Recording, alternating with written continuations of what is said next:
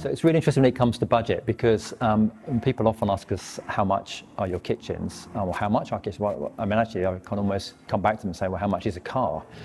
And I think people have a better understanding of the car market than they do the kitchen market, and realise quite easily that there was a whole degree of variations within a car, because you can probably buy a car for £5,000 and £50,000, maybe £500,000 or £5 million. So at different price points, there's a very different approach to it. And kitchens, in some senses, is similar to that. If you can actually spend what you want to on a kitchen, as long as it's realistic, and that's always a little bit of a challenging point.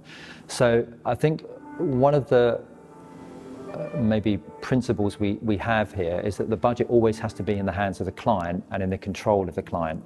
And we have this thing where we break it down into 5 sections to help clients actually work through what their budget should be, and how to maximise the effectiveness of what they want to spend to get the most value, but also get the quality levels that the client's actually looking for.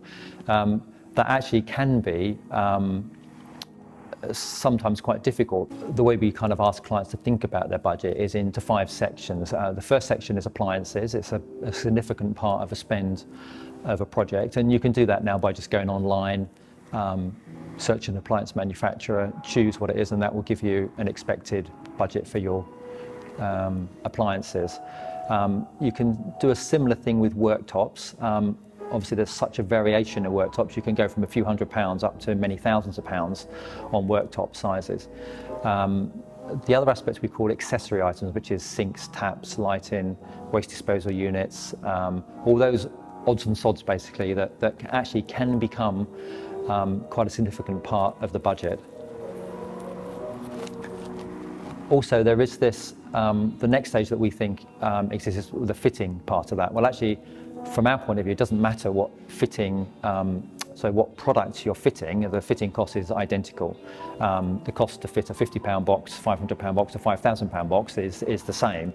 So the fitting tends to be fairly flat, depends even on different types of furniture. So in those first 4 sections, you can use a significant part of a budget, sometimes up to 2/3, maybe even more, depending upon some of your choices.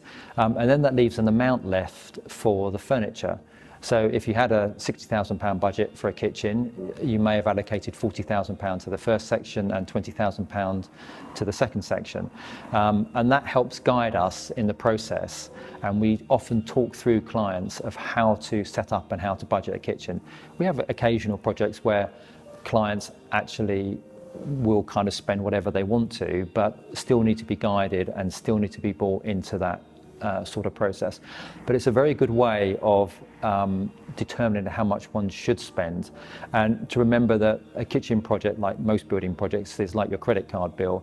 It's the little choices that make the final number. So you can approach a project in 2 ways. You either start with the final number and say, well, that's my maximum, and then everything has to fit into that, and that's one way of approaching it. Or the other way of approaching it is you say, I'm going to make all these little choices and then see what the number is at the end. And if that's too much, then we have to go back and revisit the little choices to make a proper decision on what the appropriate price would be that one would need to spend.